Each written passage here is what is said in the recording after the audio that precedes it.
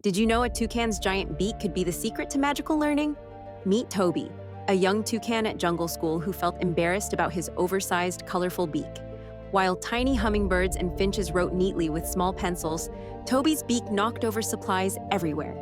He watched sadly as other birds completed their lessons with ease. Then one day, librarian Miss Sandra brought out an old, enchanted typewriter. She explained it needed strong beak pressure to work properly. Toby stepped forward nervously and pressed the letter A. Suddenly, bright red apples appeared floating around the classroom. He tried B next, and beautiful butterflies filled the air. With growing excitement, Toby typed the entire alphabet as magical creatures danced everywhere. Soon, other large-beaked birds like pelicans and hornbills gathered around to learn. Toby became their teacher, showing them how their size was actually perfect. His biggest embarrassment had become the most amazing learning tool in the whole school. Sometimes what makes you different makes you special.